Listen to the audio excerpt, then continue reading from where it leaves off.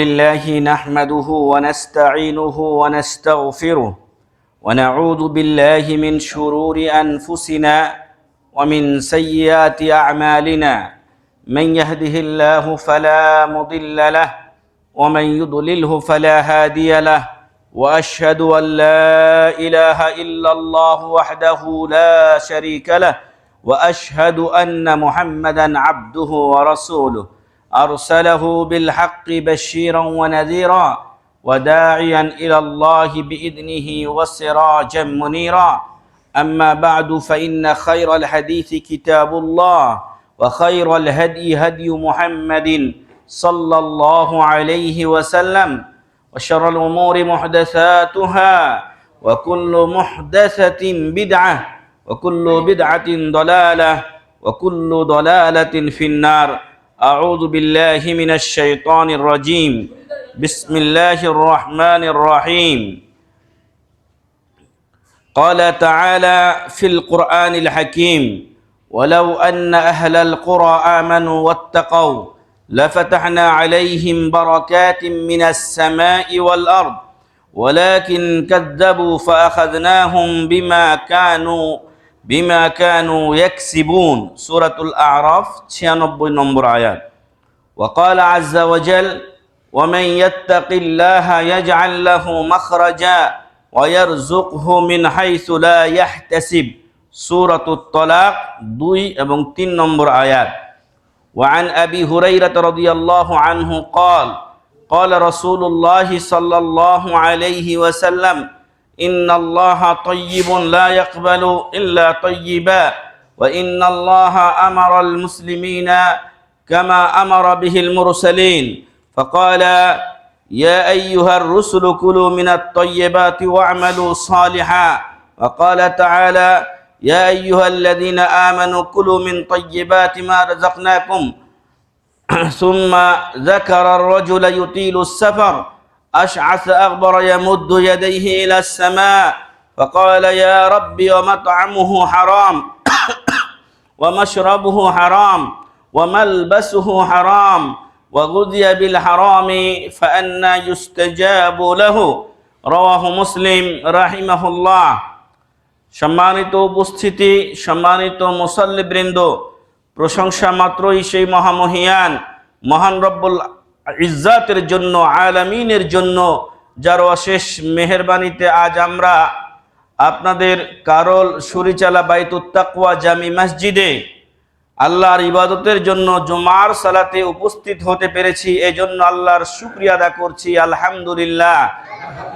সালাত ও সালাম বর্ষিত হোক সর্বকালের সর্বযুগের সর্বশ্রেষ্ঠ রাসূল, বিশ্ব মানবতার মুক্তির দূত, যিনি নবুয়ত লাভের পূর্বেই আল আমিন উপাধিতে ভূষিত হয়েছিলেন, যাকে স্বয়ং মহান রব্বুল আলামিন উত্তম ও উন্নত চরিত্রের সার্টিফিকেট দিয়ে বলছেন ওয়া ইন্নাকা লাআলা খুলুকিন আযীম, নিশ্চয় আপনি উত্তম চরিত্রের উপরে রয়েছেন। সেই রাসূলের উপরে সালাত ও সালাম পেশ করি সাল্লাল্লাহু আলাইহি ওয়াসাল্লাম। সম্মানিত উপস্থিতি, ইতিপূর্বে আপনারা জানেন যে যখন সহিহ আকীদার একটি মারকাজ, একটি প্রতিষ্ঠান তৈরি করা হয়, তখন সেখানে প্রচুর পরিশ্রমের প্রয়োজন হয়।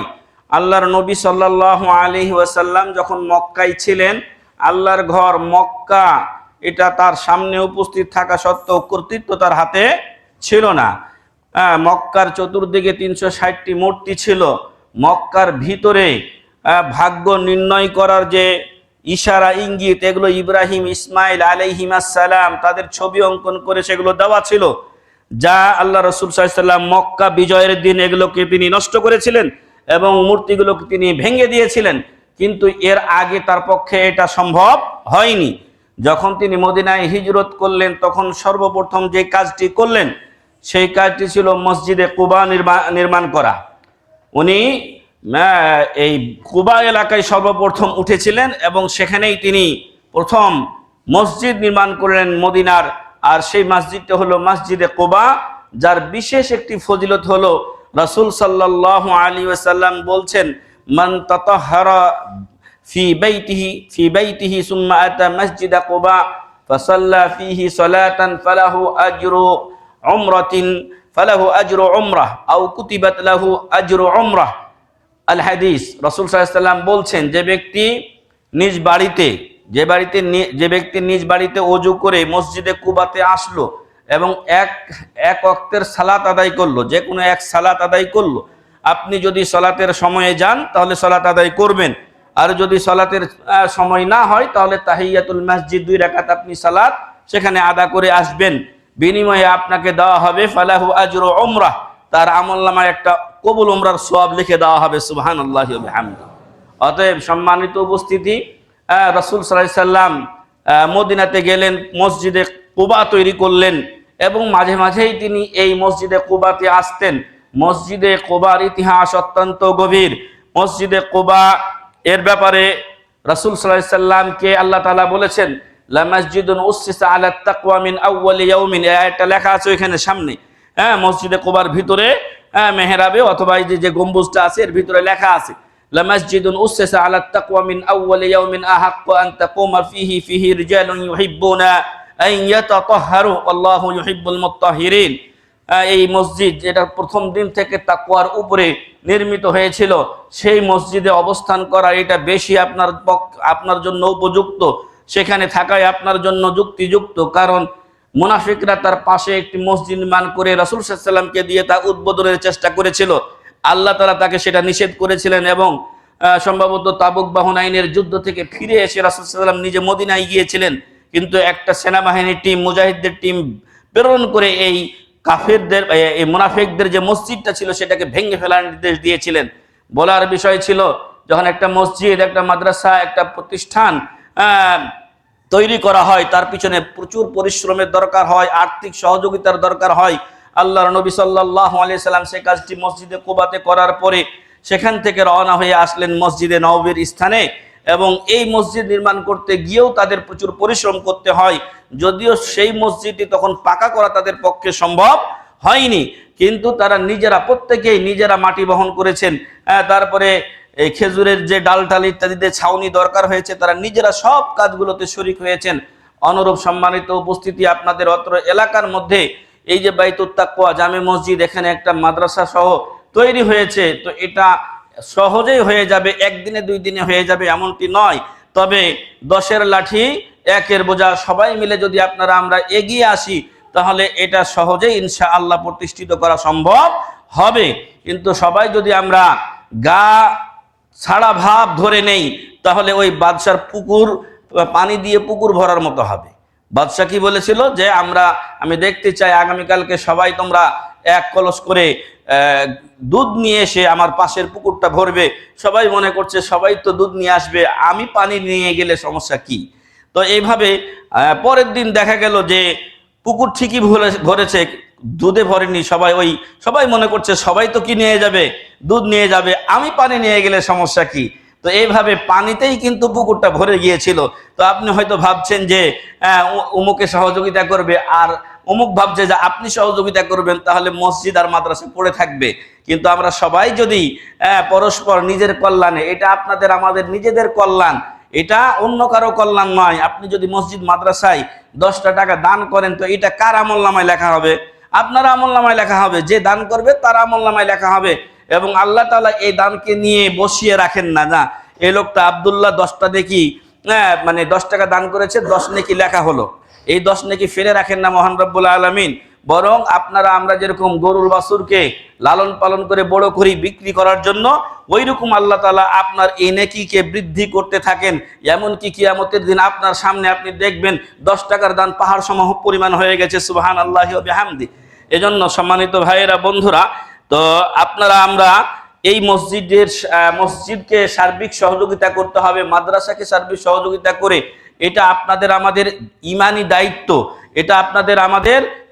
দায়িত্ব, এবং এটা আপনার আমার বাড়ির থেকেও একটা পেরেশানিতে থাকা আমাদের উচিত। কারণ আমার বাড়ি 2 দিন পরে হলেও কোনো সমস্যা নাই, কিন্তু আল্লাহর ঘর আগে তৈরি করতে হবে। এভাবে ইব্রাহিম, ইসমাইল আলাইহিস সালাম তারাও কাবাকে পুনর্নির্মাণ করেছিলেন। তো আমাদের উচিত হবে যে আমরা আল্লাহর ঘরকে নিজেদের ঘরের চাইতে বেশি গুরুত্ব দিব, যতটুকু সম্ভব নিজে দান করব। আর যদি আমরা না পারি, আরো 10 জন আছেন তাদেরকে আমরা বলেও কিছু টাকা যদি জোগাড় করে দেই, সংগ্রহ করে দেই, তাহলে সেটা আমার দেওয়া সমপরিমাণও সওয়াব হবে।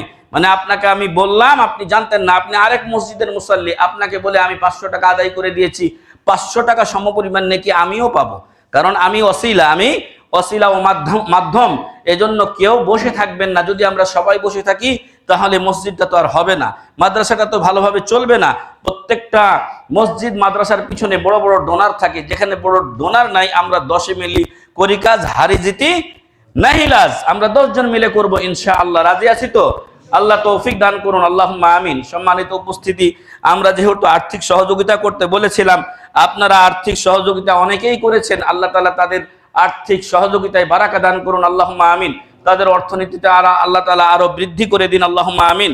তবে আজকে আমরা আপনাদের সামনে নিজেদের অর্থ সম্পদ কি করে আপনি বরকতময় করবেন, কিভাবে আপনি সম্পদ বাড়াবেন, এরকম কিছু উপায় সম্পর্কে বলবো ইনশাআল্লাহ, যাতে আল্লাহ তাআলা আপনার অর্থনীতিতে বরকত দান করেন এবং সেখান থেকে আপনি আমাদের মসজিদ মাদ্রাসায় দান করতে পারেন। আল্লাহ আপনাকে দেবেন, আপনি আমাদেরকে দেবেন ইনশাআল্লাহ। সম্মানিত ভাইরা, সম্মানিত বন্ধুরা, সম্মানিত মুসাল্লিবৃন্দ, মহান রব্বুল আলামিন আপনাদের আমাদের সবাইকে সৃষ্টি করেছেন এবং সৃষ্টি যখন করেছেন তখন রিজিক দিয়েই সৃষ্টি করেছেন। এজন্য রিজিকের জন্য কখনোই আমরা যেন হাহুতাশ না করি, রিজিকের জন্য অতি পেরেশানিতে যেন না ভুগি, কি খাবো কি পড়বো ইত্যাদি। বরং আপনাদের আমাদের কাজ হলো নিজের সর্বাত্মক চেষ্টাটা হালাল ও বৈধ রিজিকে লাগানো। বাকি যেই বরকত দেওয়ার কাজ এবং রিজিক নির্ধারণের কাজ, এটা কে করবেন? মহান রব্বুল আলামিন করবেন। লম্বা একটা হাদিস সহিহ বুখারী এবং মুসলিমে আব্দুল্লাহ ইবনে মাসউদ রাদিয়াল্লাহু আনহু থেকে বর্ণিত হয়েছে। সেখানে বলা হয়েছে, তোমরা যখন তোমাদের কাউকে যখন আল্লাহ সৃষ্টি করেন, তার মায়ের পেটে শুক্র আকারে, বাবা মার মিলনের মাধ্যমে শুক্র যেটা মায়ের রাহিমে গিয়ে যুক্ত হয়, এটা 40 দিন আকারে ওইভাবেই থাকে, শুক্র আকারেই থেকে যায়, নুতফা আকারে থেকে যায়। এর পরের 40 দিন সেটা জমাট রক্ত হয়, তারপরের 40 দিন সেটা গোস্তের পিণ্ডে, গোস্তের খণ্ডে, গোস্তের টুকরায় রূপান্তরিত হয়। আর এই 340 হলো 120 দিন। 120 দিন সমান 4 মাস। যখন আপনাদের আমাদের বয়স 4 মাস হয়েছিল, মানে আপনারা আমরা সবাই এই 3টা স্তর পার হয়ে এসেছি। প্রথম ছিল 40 দিনে নুতফা মানে শুক্র আকারে, তারপরে 40 দিন জমাট রক্ত, তারপরে 40 দিনে গোস্তের টুকরায় পরিণত হয়েছিলাম আমরা। এবং তারপরে তখন মহান রব্বুল আলামিন একজন ফেরেশতা পাঠিয়ে দেন এবং ওই ফেরেশতাকে বলেন যে তুমি তার মধ্যে রূহ ফুঁকে দাও। আর এখান থেকে শেখ মোহাম্মদ বিন সালেহ আল উসাইমিন রাহিমাহুল্লাহ বলছেন, যেহেতু 4 মাসের সময় এই সন্তানটাকে রূহ ফুঁকে দেওয়া হয়, তার মানে তখন তার মাঝে কি থাকে? জীবন থাকে। এই 4 মাস পরে যদি কোনো সন্তান নষ্ট হয়ে যায়, আল্লাহ না করুন কোনো মায়ের কোনো বোনের, তাহলে 4 মাস পরে নষ্ট হলে 5 মাসের সময় 4.5 মাসের সময় নষ্ট হয়েছে, তাহলে ওই বাচ্চাকে গোসল দিতে হবে, ওই বাচ্চার জানাজা পড়তে হবে, কারণ তার মধ্যে কি ছিল? রূহ ছিল। কিন্তু আমাদের মাযহাবী ভাইদের মাসালা হলো যে যতক্ষণ পর্যন্ত হওয়ার পর সে চিৎকার না দিয়েছে ততক্ষণ পর্যন্ত তাকে জানাজা দেওয়া যাবে না, গোসলও দেওয়া যাবে না, তাকে এমনি পুঁতে দিতে হবে। নাউযুবিল্লাহি মিন যালিক। এই মাসলা ঠিক নয়। তাহলে কি মারা গেল? এতদিন যে মায়ের পেটে নড়াচড়া করলো, কি করলো এটা? 4 মাসের পর থেকে রূহ যখন দেওয়া হয়, তারপর থেকে আস্তে আস্তে নড়াচড়া শুরু হয় এই বাচ্চার। তো এতদিন তো রূহ ছিল, বাচ্চাটা জীবিত ছিল। আমার ছোট চাচা তার সৌদিতে ছিলেন, তিনি এক সময় বাচ্চা সব কিছু নড়াচড়া করে, হওয়ার কিছুদিন আগে দেখে বাচ্চা নড়ে না। এরপর ডাক্তারের কাছে গেছে, তো ডাক্তার বলছে আল ওয়ালাদু মাইয়িতুন, সন্তানটা মারা গেছে। তো ওর যদি জীবন না থাকে তাহলে মারা যাবে কি? তো এই জন্য বলবো যে এই মাসালাটাই সঠিক। 4 মাসের পরে যদি কারো সন্তান নষ্ট হয় তাহলে সেই বাচ্চার জানাজা দিতে হবে, গোসলও দিতে হবে এবং আপনার কাফন দাফন সবকিছুই হবে। কাফন দাফন সবকিছুই হবে। ওই মা বা বোন বাকি যে রক্তগুলো তার আসবে সেটা সন্তান হিসেবে নেফাসের রক্ত বলে কি হবে? গণ্য হবে। তাই তিনি যতদিন রক্ত আসবে ততদিন তিনি সালাত আদায় করবেন না। যদি রমজান মাস চলে আসে তাহলে রমজানের রোজাও করবেন না, পরবর্তীতে সেগুলো কাজা করবেন। যাই হোক, তো এই 40 দিনের পর 340 120 4 মাস পরে তাকে রূহ দিয়ে দেওয়া হয়। ওয়ায়ুমারু বিআরবাই কালিমাতিন, এবং ফেরেশতাকে আল্লাহ তাআলা নির্দেশ দেন 4টা জিনিস লেখার জন্য। 4টা জিনিস লিখে দাও। এগুলো এই যে আত্মা রূহ যেটা মায়ের গর্ভে এসেছে, এর রিজিক মেলা আগে লিখে দেওয়া হয়েছে, কিন্তু ওইখান থেকে এটা মায়ের পেটে কি হয়? ট্রান্সফার হয়। একটা সরকার 5 বছরের দায়িত্ব পায়, তারা 5 বছরের বাজেট ঘোষণা করে, আবার ওইখান থেকে আলাদা আলাদা ভাগ করে না, ওইখান থেকে আলাদা আলাদা এই আপনার ধরেন পররাষ্ট্র মন্ত্রণালয়ের বাজেট আলাদা, স্বরাষ্ট্র মন্ত্রণালয়ের বাজেট আলাদা, শিক্ষা মন্ত্রণালয়ের বাজেট আলাদা, এইভাবে আবার ভাগ হয়। মহান রব্বুল আলামিন আমাদের যে তাকদীর সেটা লৌহে মাহফুজে লিপিবদ্ধ করে রেখেছেন। ওইখান থেকে মায়ের পেটে যখন আমরা আসি তখন আমাদের এই দুনিয়াবি যে জিন্দেগি শুরু হয়, এই শুরুটা তখন আলাদা আলাদা করে পাঠ করে আমাদেরকে দেওয়া হয়। তো এই ফেরেশতাকে বলা হয় বেকাতবে রিজকিহি, সে কি খাবে কি পান করবে, এই খাওয়া দাওয়ার বিষয়টা এর লিখে দেওয়া হয় বেকাতবে রিজকিহি ওয়া আজালিহি, কতদিন বাঁচবে, ওয়া আমালিহি, কি আমল করবে।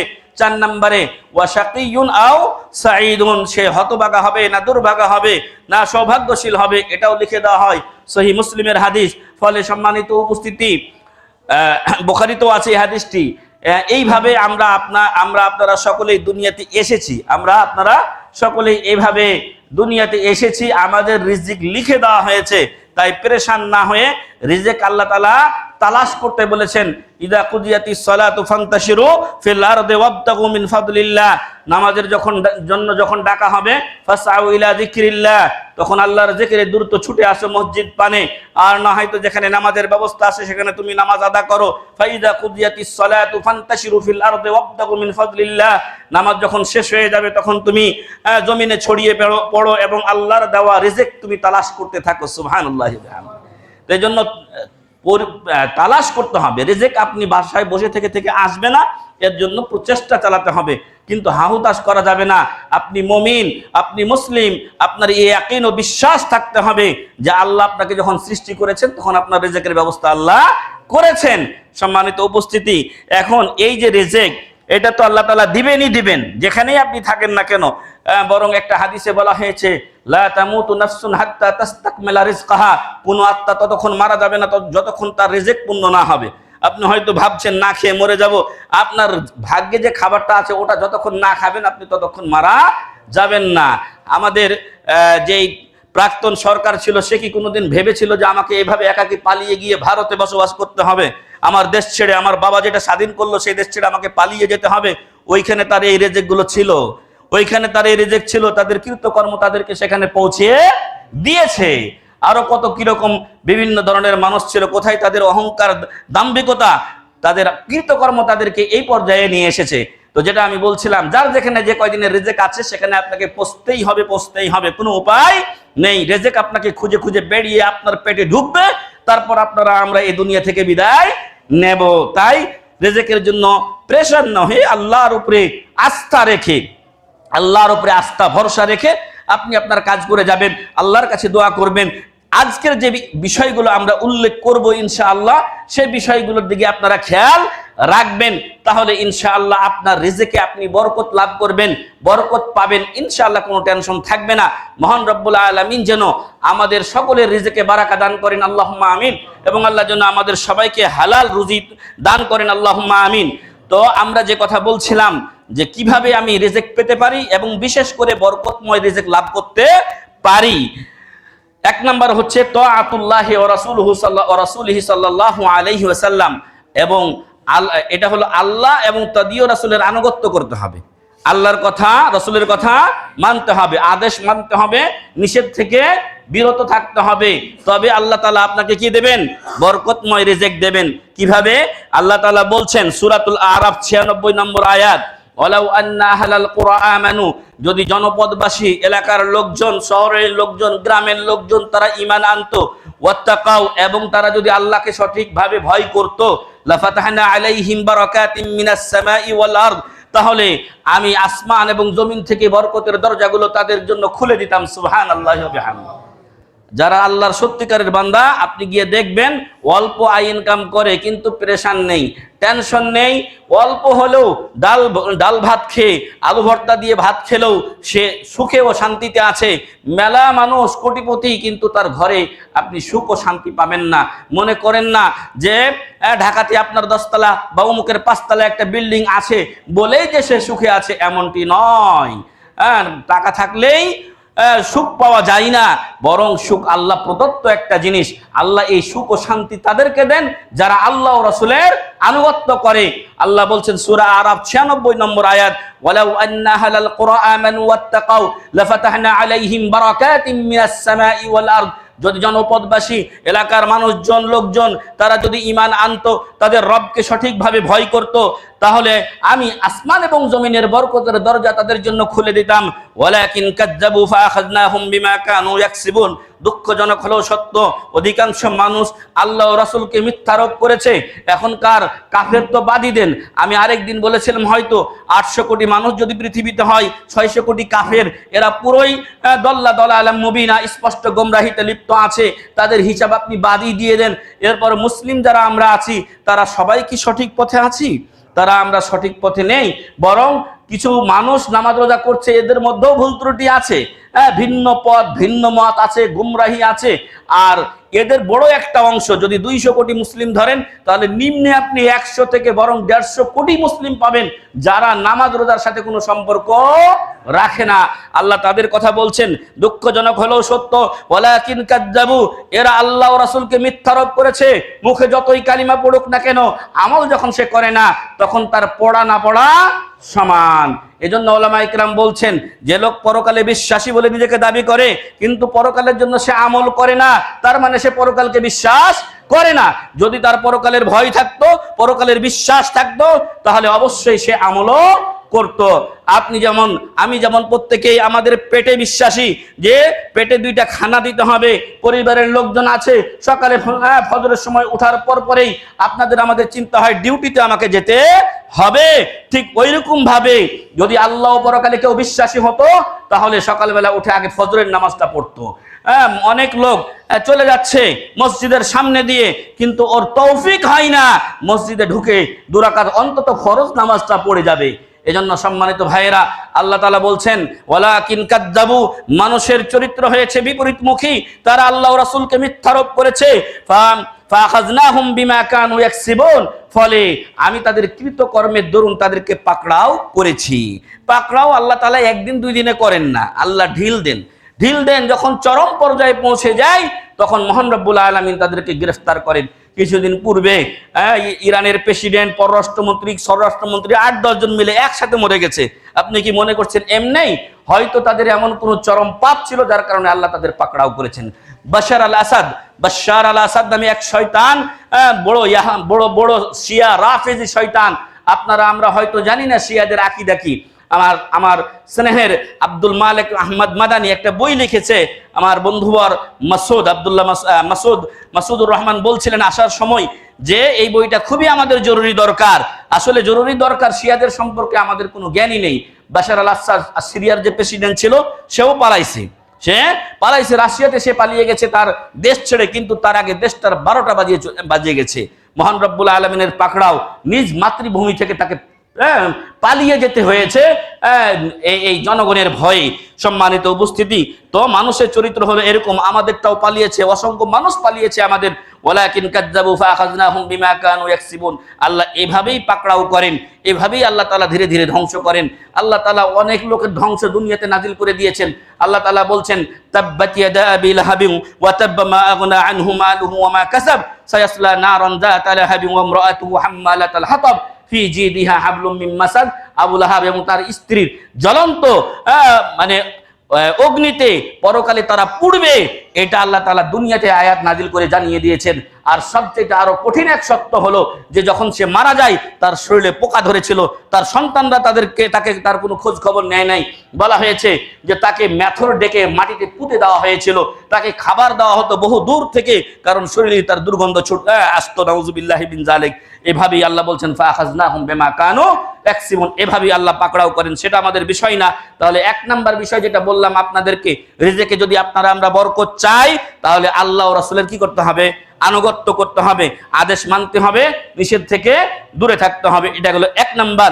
2 নাম্বার হচ্ছে, এগুলোর মধ্যে অনেক কথা আছে, সেগুলো ব্যাখ্যা সাপেক্ষ, এগুলো আমি ছেড়ে যাচ্ছি। 2 নাম্বার হচ্ছে বেশি বেশি আল্লাহকে ভয় করতে হবে, তাকওয়াল্লাহ। আল্লাহর ভয় থাকতে হবে। আল্লাহর ভয় ভয়টা হলো এমন যে আপনাকে কোন পুলিশ কি বলল, পুলিশে ধরে নিয়ে যাবে, অথবা আইনের এতে আপনি ধরা পড়বেন, মানুষ কি বলবে, কেউ দেখে ফেললো কিনা, এসব চিন্তা আপনার থাকবে না। চিন্তা থাকবে কি, আল্লাহ দেখছেন আমাকে। কে দেখছেন? আল্লাহ তাআলা আমাকে দেখছেন, আল্লাহ আমার হিসাব নেবেন। ওই ভয়টাই হলো তাকওয়া। ওই ভয়টা হলো তাকওয়া ও পরহেজগারিতা। যদি আপনাদের আমাদের ভালো তাকওয়া ও পরহেজগারিতা থাকে, তাহলে আল্লাহ বলছেন ওমান ইয়াত্তাকিল্লাহা ইয়াজআল লাহু মাখরাজা ওয়া ইয়ারযুকহু মিন হাইসু লা ইয়াহতাসিব। যে ব্যক্তি আল্লাহকে ভয় করবে, আল্লাহ তাআলা তার যাবতীয় সমস্যার সমাধান করে দিবেন। ইয়াজআল লাহু, তার জন্য করে দিবেন মাখরাজান, মানে হলো এক্সিট। আপনি সমস্যায় পড়েছেন, সমাধান কে করবেন? মহান রব্বুল আলামিন। ওয়া ইয়ারযুকহু মিন হাইসু লা ইয়াহতাসিব, এবং তাকে এমন স্থান থেকে আল্লাহ রিজিক দেবেন যা সে কখনোই কল্পনা করতে পারেনি। আপনি হঠাৎ করে আপনার কাছে কোন জায়গা থেকে খাবার চলে আসবে, কোন জায়গা থেকে টাকার ব্যবস্থা হয়ে যাবে। যদি আমরা মুত্তাকি পরহেজগার হতে পারি, আল্লাহ এভাবেই ব্যবস্থা করবেন ইনশাআল্লাহ। সূরাতুত তালাক 2 এবং 3 নম্বর আয়াত। 3 নম্বর বিষয় হচ্ছে আদাউস সালাওয়াতুল খামসা বিতরিকাতিন সহিহা। সঠিকভাবে সঠিক পদ্ধতিতে, এক কথায় নবী সাল্লাল্লাহু আলাইহি ওয়াসাল্লামের পদ্ধতিতে 5 ওয়াক্ত সালাত আদায় করতে হবে। আল্লাহ রাসূল সাল্লাল্লাহু আলাইহি ওয়াসাল্লাম বলছেন সাল্লু কামা রাআইতুমুনি উসাল্লি, রাওয়াহুল বুখারী রাহিমাহুল্লাহ। তোমরা আমাকে যেভাবে সালাত আদায় করতে দেখো, সেভাবে তোমরা সালাত আদায় করো। আর আজকে আমাদের বিষয় যেটা বরকতময় রিজিক লাভ, এইখানে বলা হচ্ছে, আল্লাহ তাআলা বলছেন, সম্ভবত লোকমান আলাইহিস সালামের ভাষায় হবে এটা, যে ওয়া'মুর আহলাকা বিস-সালাতি ওয়াসতাবির আলাইহা, ওয়া'মুর আহলাকা বিস-সালাতি ওয়াসতাবির আলাইহা। তুমি তোমার পরিবারকে সালাতের নির্দেশ দেবে, ওয়াসতাবির আলাইহা, এর উপরে তুমি ধৈর্য ধারণ করবে, বিতৃষ্ণা যেন না চলে আসে। আরে প্রত্যেক দিন নামাজে যাওয়া, এরকম যেন তোমার না হয়। ধৈর্যের সাথে তুমি সালাত আদায় করবে। লা নাসআলুকা রিজকা, আল্লাহ বলছেন বান্দা, তোমার কাছে আমি রিজিক চাই না, তোমার কাছে আমি রিজিক চাই না। একটা হাদিস আপনারা জানবেন, শুনেছেন, যে কিয়ামতের দিন মহান রব্বুল আলামিন বলবেন, বান্দা আমি অসুস্থ ছিলাম, আমাকে তুমি সেবা শুশ্রূষা করনি। বান্দা আমি ক্ষুধার্ত ছিলাম, তুমি আমাকে খাবার দাও নাই। বান্দা আমার এই সমস্যা ছিল, তুমি আমার সমস্যায় এগিয়ে আসনি। তখন বান্দারা বলবে, আল্লাহ যেন ওই দলে আমাদেরকে না করেন, আল্লাহুম্মা আমিন। আর ওখান থেকে যদি বাঁচতে হয়, তাহলে আশেপাশে আত্মীয় স্বজন, পাড়া প্রতিবেশী যারা আছেন, তাদের সমস্যার সময় যতটুকু পারেন এগিয়ে যেতে হবে।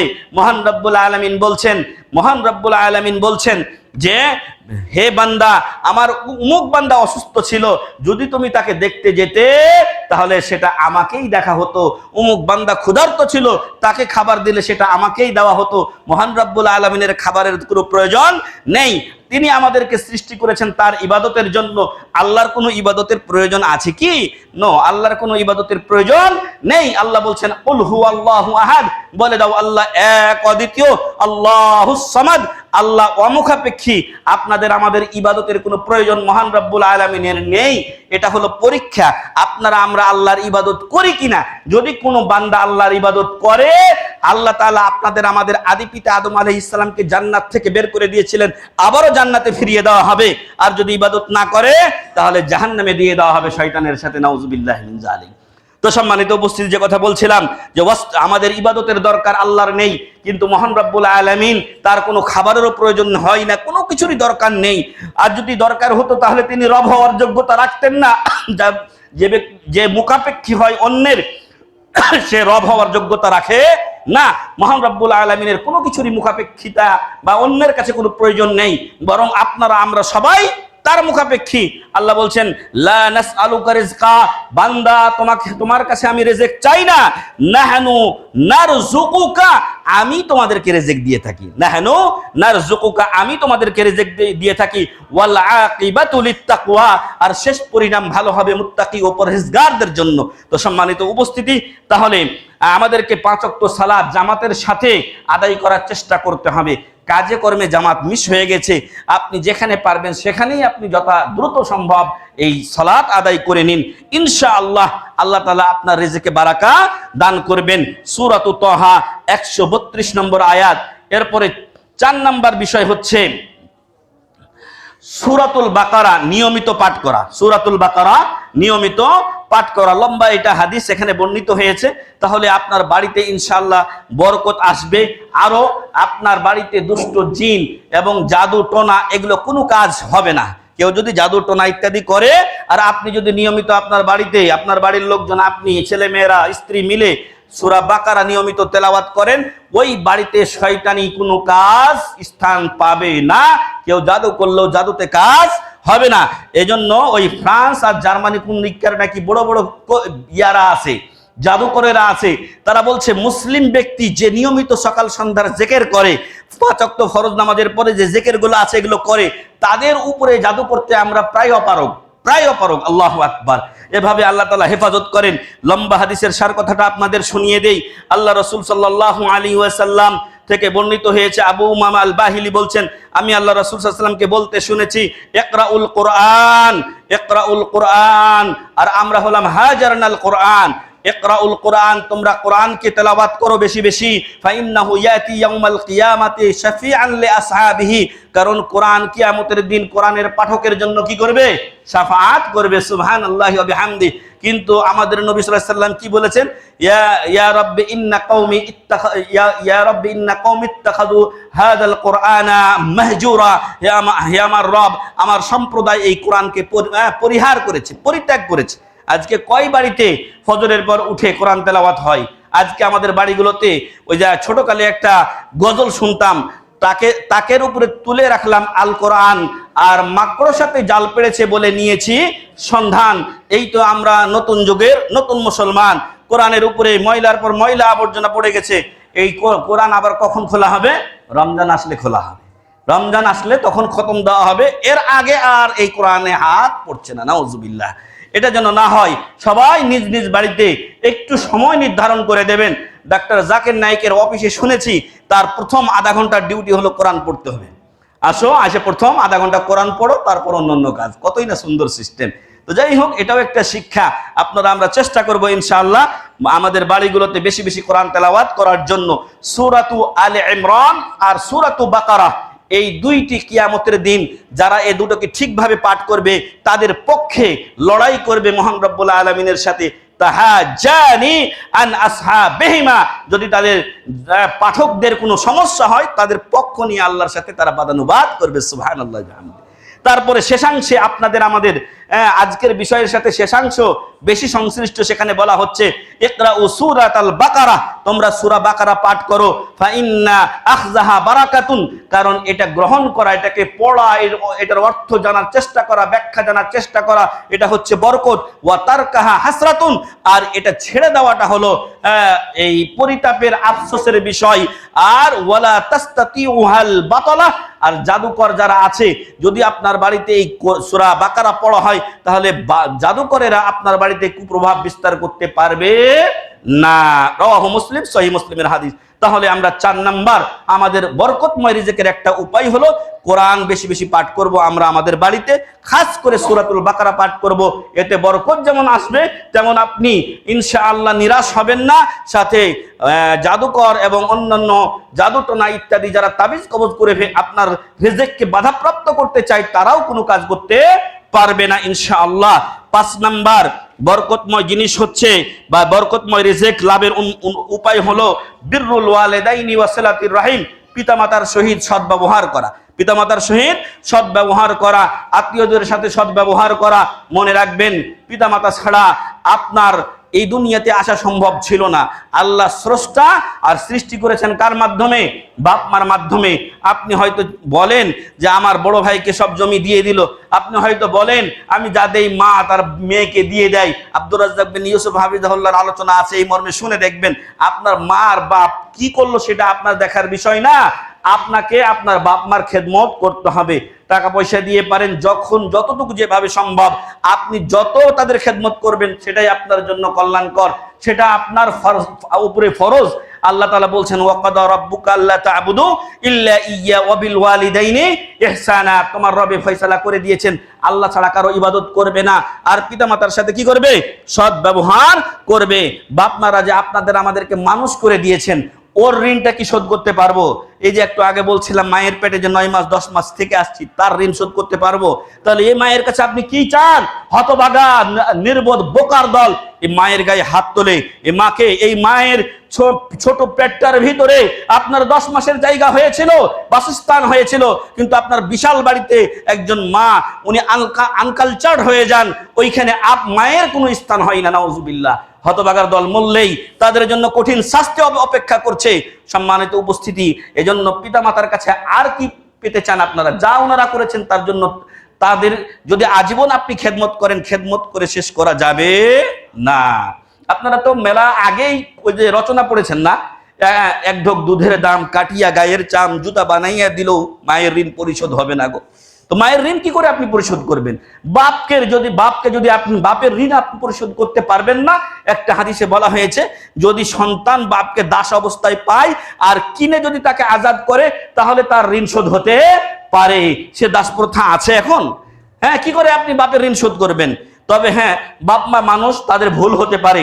এই ভুলগুলোর ব্যাপারে তাদেরকে নাসিহা করতে হবে। দেখো, এটা তুমি করছো, আমাকে তুমি দিচ্ছ না, আরেকজনকে দিচ্ছ, আমি পাওয়ার জন্য নয়, কিয়ামতের দিন এটার জন্য তোমাকে শাস্তি পেতে হবে। বুঝানোর দরকার, বুঝাবেন, কিন্তু তাদের সাথে খারাপ আচরণ করবেন না। সম্মানিত উপস্থিতি, এরপরে বলা হচ্ছে হাদিসে রাসূল সাল্লাল্লাহু আলাইহি ওয়াসাল্লাম বলছেন, মান সাররাহু আন ইউবসাতা লাহু ফি রিজকিহি। আমাদের বিষয়ের সাথে এই হাদিস সংশ্লিষ্ট। বলা হচ্ছে যে ব্যক্তিকে খুশি করে, আনন্দ দেয়, তার রিজিক কি হোক, ইউবসাতা লাহু ফি রিজকি, তার রিজিক বিস্তৃত হয়ে যাক, রিজিক তার বেড়ে যাক, এটাতে সে খুশি হয়। আপনারা খুশি হন না? আমি খুশি হই তো, আমার রিজিক যদি বাড়ে তো আলহামদুলিল্লাহ। আমি যদি 10 টাকা পাই তাহলে সেটা আমার ফ্যামিলি যেরকম উপকৃত হবে, আমার অধীনস্থ দুই একজন গরিব টরিব থাকলে তারাও আমার দ্বারা উপকৃত হবে। ফলে আপনি রিজিক যত পাবেন আপনি হালাল কাজে ব্যবহার করবেন, আরো 10টা গরিবের আপনি সাহায্য সহযোগিতা করতে পারবেন ইনশাআল্লাহ। ফলে প্রত্যেকটা মানুষ, আল্লাহ তাআলা কোরআনে বলছেন, ওয়া তুহিব্বুনাল মালা হুব্বান জাম্মা, মালের প্রতি, সম্পদের প্রতি আপনাদের আমাদের সকলেরই টান রয়েছে। ফলে সেই টানের ব্যাপারে আল্লাহ তাআলা, রাসূল সাল্লাল্লাহু আলাইহি ওয়াসাল্লাম বলছেন যে ব্যক্তি চাই তার রিজিক বৃদ্ধি হোক, ওয়া আইয়ুনসালাহু ফি আসারিহি, এবং তার আয়ু বাড়িয়ে দেওয়া হোক।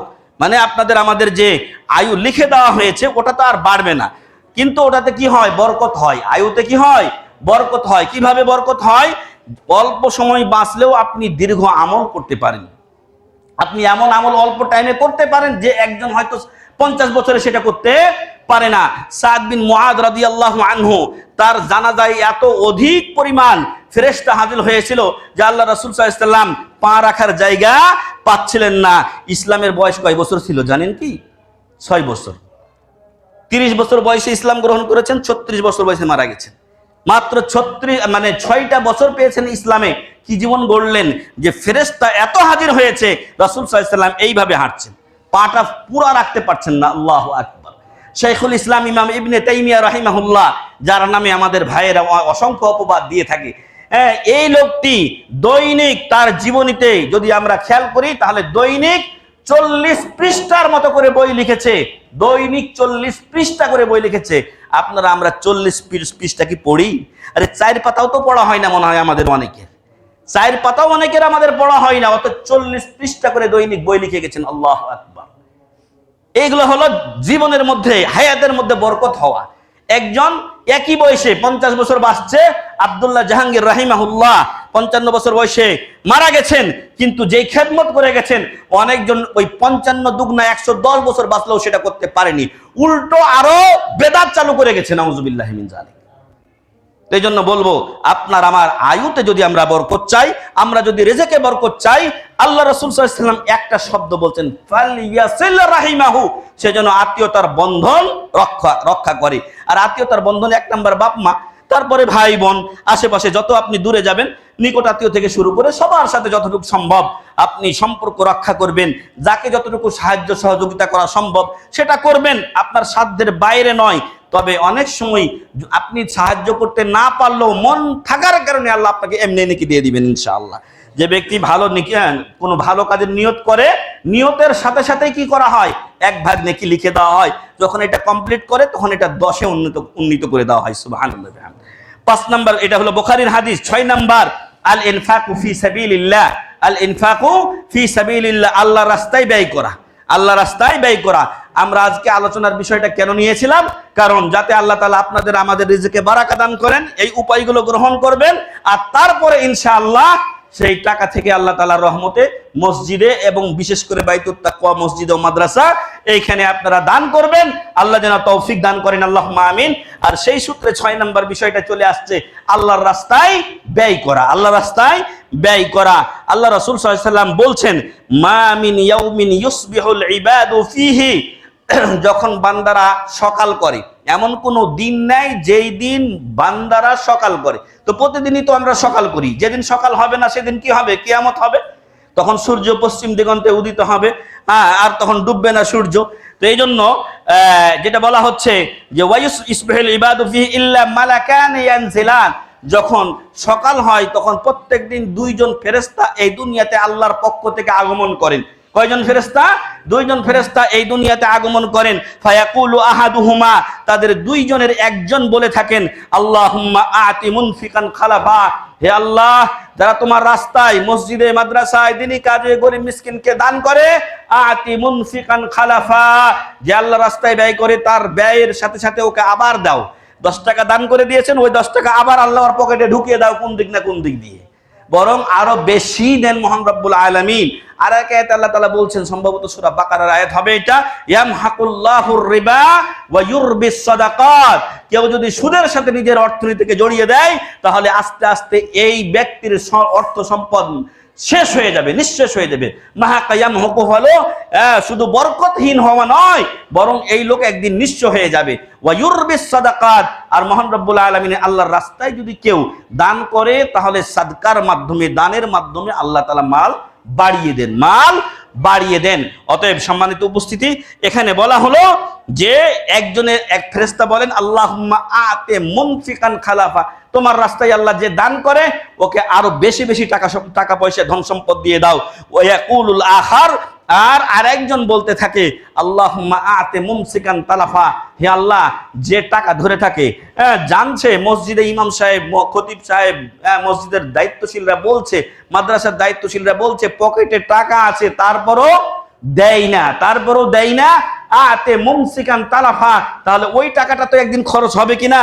পকেটে যে টাকা আছে, হাতে যে টাকা আছে, এটা খরচ হবে একদিন, কিন্তু ওই জায়গায় যেন আর কোনো টাকা সে না পায়। নাউজুবিল্লাহ মিন যালিক। এটা কঠিন বিষয় যে ওই টাকাটা খরচ যে ভাবি করেন, বাজারে গেছেন আপনি খরচ করে দিয়েছেন, আপনার জন্য তখন বরকতহীনতার দোয়া, ওর জন্য টাকাটা আর ফিরে না আসে। আর যে আল্লাহর রাস্তায় দান করে, আল্লাহর ফেরেশতা বলেন, আল্লাহ ওকে আরো এই জায়গায় নতুন করে টাকা পয়সা দিয়ে দাও। সুবহানাল্লাহ বিহামদি। এটাও বুখারী ও মুসলিমের হাদিস। 7 নম্বর বলা হয়েছে কাসরাতুল ইস্তিগফার ওয়া সুআলিল্লাহি তাআলা আল বারাকা, বেশি বেশি আল্লাহর কাছে ক্ষমা চাওয়া, বেশি বেশি আল্লাহর কাছে ক্ষমা চাওয়া এবং আল্লাহর কাছে বরকতের জন্য দোয়া করা। বলা হয়েছে আদ-দুআউ হুয়াল ইবাদাহ, দোয়াই হলো ইবাদত। অন্য জায়গায় বলা হয়েছে, মনে হয় বর্ণনাতে একটু দুর্বলতা থাকলেও, আল্লাহ আদ-দুআউ মুখুল ইবাদাহ, ইবাদতের মগজ হলো দোয়া। আপনি যদি না চান তাহলে কি করে পাবেন? আর আপনার দেওয়ার জায়গা নাই তাও তো নয়, আর দেওয়ার জায়গা তো আছে। আল্লাহ তাআলা বলছেন, উদউনি আস্তাজিব লাকুম, কে দিবে আপনাকে? আল্লাহ তাআলা দেবেন। আপনি ইয়াকিন রাখেন, আপনি বিশ্বাস রাখেন, আপনি হাহুতাশ না করে আপনি আল্লাহর উপরে তাওয়াক্কুল রাখেন, আল্লাহ আপনার জন্য যথেষ্ট হবেন ইনশাআল্লাহ।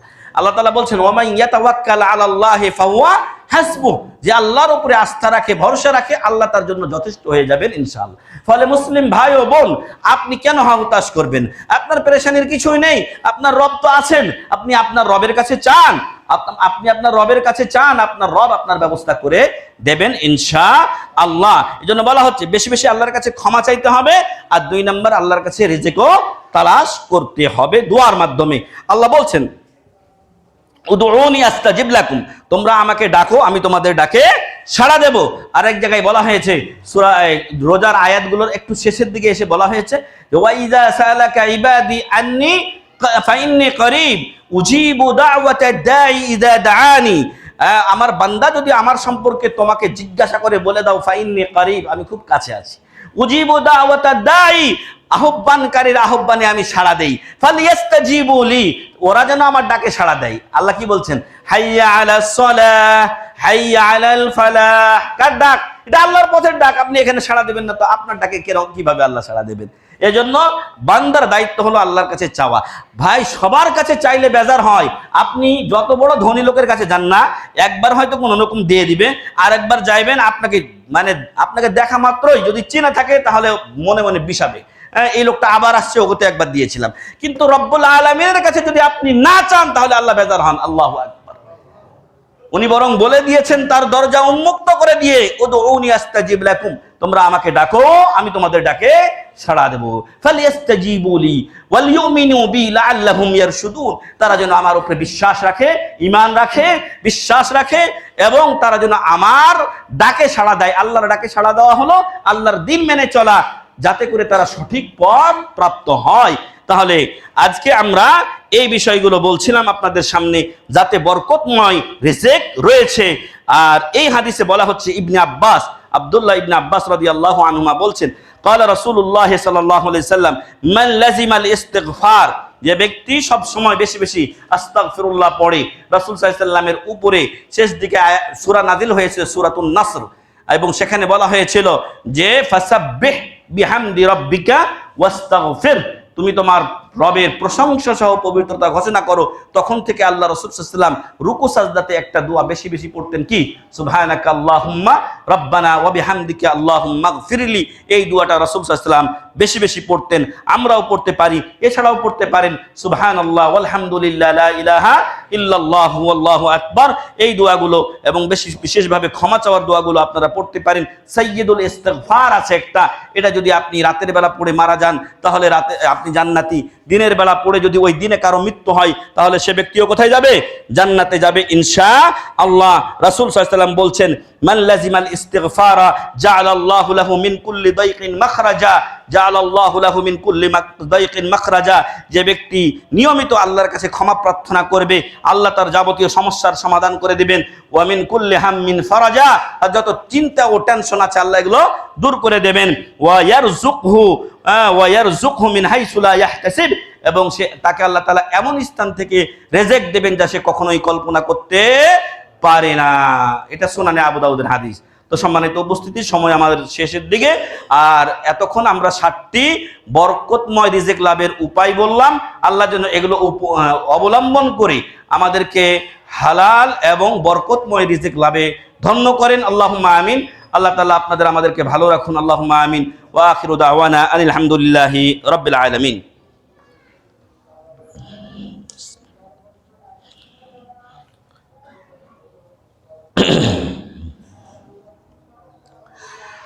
আলহামদুলিল্লাহ ওয়াসসালাতু ওয়াসসালামু আলা রাসূলিল্লাহ ওয়া আলা আলিহি ওয়া সাহবিহি ওয়া মান ওয়ালাহু, আম্মা বা'দ। এই বিষয়টিরই আরেকটি দলিল আছে, সেই দলিলটা আমি বলেই শেষ করছি। সেখানে বলা হচ্ছে, আনাস বিন মালিক রাদিয়াল্লাহু আনহু, যিনি রাসূল সাল্লাল্লাহু আলাইহি ওয়াসাল্লামের 10 বছর খেদমত করেছিলেন। কয় বছর? 10 বছর খেদমত করেছেন। তিনি বলছেন, ক্বালা লি রাসূলুল্লাহ সাল্লাল্লাহু আলাইহি ওয়াসাল্লাম, আল্লাহ রাসূল সাল্লাল্লাহু আলাইহি ওয়াসাল্লাম আমাকে বললেন, ইয়া বুনাইয়া, হে বৎস, ইদা দাখালতা আলা আহলিকা, ইদা দাখালতা আলা আহলিকা, যখন তুমি তোমার পরিবারের কাছে প্রবেশ করবে, মানে বাড়িতে ঢুকবেন, আপনি প্রবেশ করবেন, ফাসাল্লিম, ফাসাল্লিম, সালাম দাও।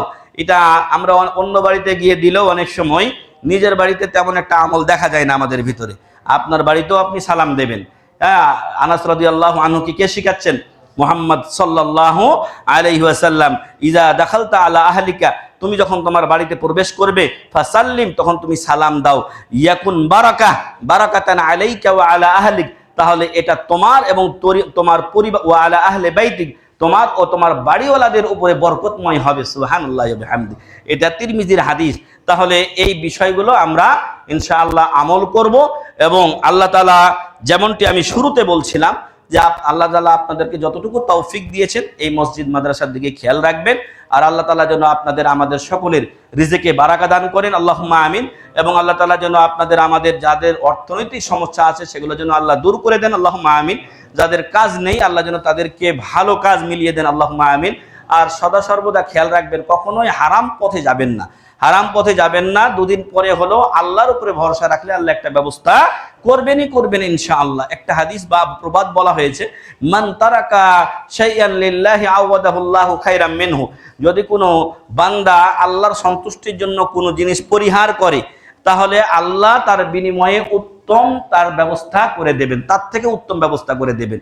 আপনি এক জায়গায় নামাজ পড়তে পারেন না, এমন মতো অবস্থায় আপনাদের ওই ক্ষেত্রে মাসালাই আমরা বলি যে যেহেতু ফ্যামিলি পরিবার আছে, আপনি এই কাজটা করতে থাকুন সাময়িকভাবে, আর আরেকটা ভালো কাজ খুঁজতে থাকুন। যতক্ষণ আপনি কাজ না পেয়েছেন ততক্ষণ এটা চালাবেন। যখন আরেকটা ভালো কাজ পেয়ে যাবেন, যেখানে আপনাকে 5 ওয়াক্ত নামাজ পড়তে দেবে সময় মতো, যেখানে আপনি সার্বিক দিক থেকে আরামে থাকবেন, আয়েশে থাকবেন, তখন আপনি এই চাকরিটাকে আসসালামু আলাইকুম বলে বিদায় জানাবেন।